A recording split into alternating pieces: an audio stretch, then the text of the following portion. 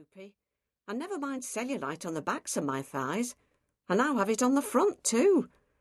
Facial hair is a real and constant battle. The worst thing is a sudden shaft of sunlight and a mirror. So, you have several choices. You can go to the beauticians every week for the foreseeable future and have some hideous course of electrolysis or laser treatment that will clog up your diary and set you back hundreds of pounds, or you can buy one of the home waxing kits they sell at Boots.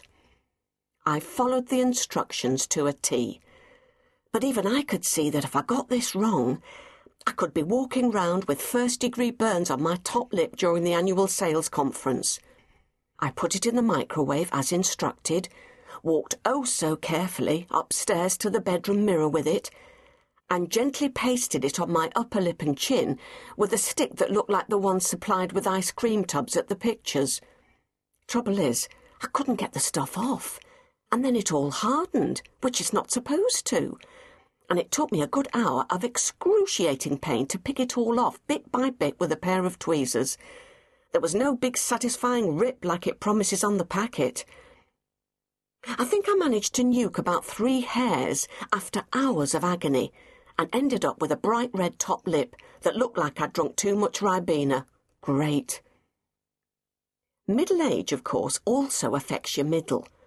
The old midriff bulge makes an appearance and you get a nasty paunch.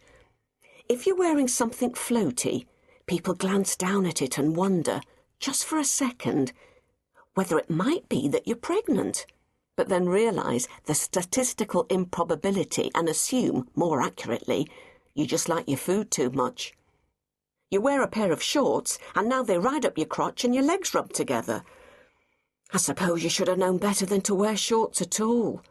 Your upper arms go all Mrs. Mills and flop about when you wave someone goodbye or shake out the duvet. So, unless you can set aside an hour's weightlifting every day, sleeveless T-shirts are out. And all this structural repair that your body needs takes so long. Even brushing your teeth is high maintenance. You can't just brush your teeth and get on with your day. You have to get out all the surgical implements the hygienist flogged you. Flosses, tapes, little brushes for between your crowns, buffers and pokers to get your gums in shape and to maintain all your root canal work. By the time you've tweezed out your beard and done all the dental work, you can count on at least an hour before you even get downstairs in the morning. Then there's your corns to scrape, your yoga to do and your eyebrows to pluck. None of this was going to happen to you, but then it does. Not because of anything you consciously do or don't do. It just happens. And with luck, you're married to a grumpy old man with man breasts and sticky-out hairs on his shoulders, and it doesn't seem so damned important. It's not as if you can just knuckle down to a big box of Quality Street and turn into Peggy Mount as your mother did, with no one batting an eyelid. These days, you have to try and retain your figure by spending hours in the gym, then spend hours at the hairdresser's trying to recreate your natural, or should I say original, hair colour, assuming you can still remember it.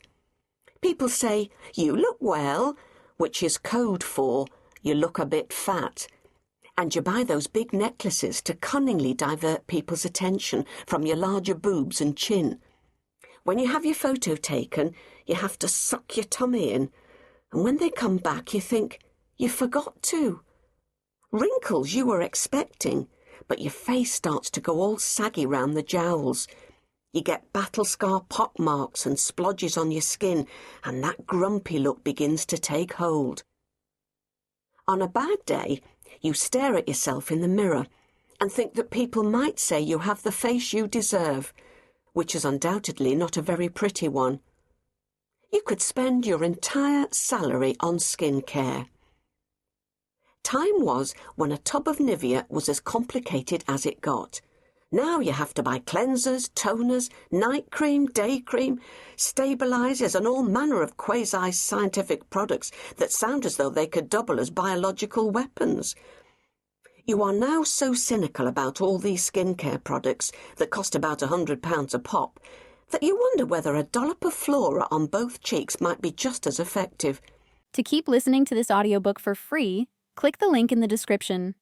It will take you to a free Audible trial where you can listen to this and many other books for free for 30 days.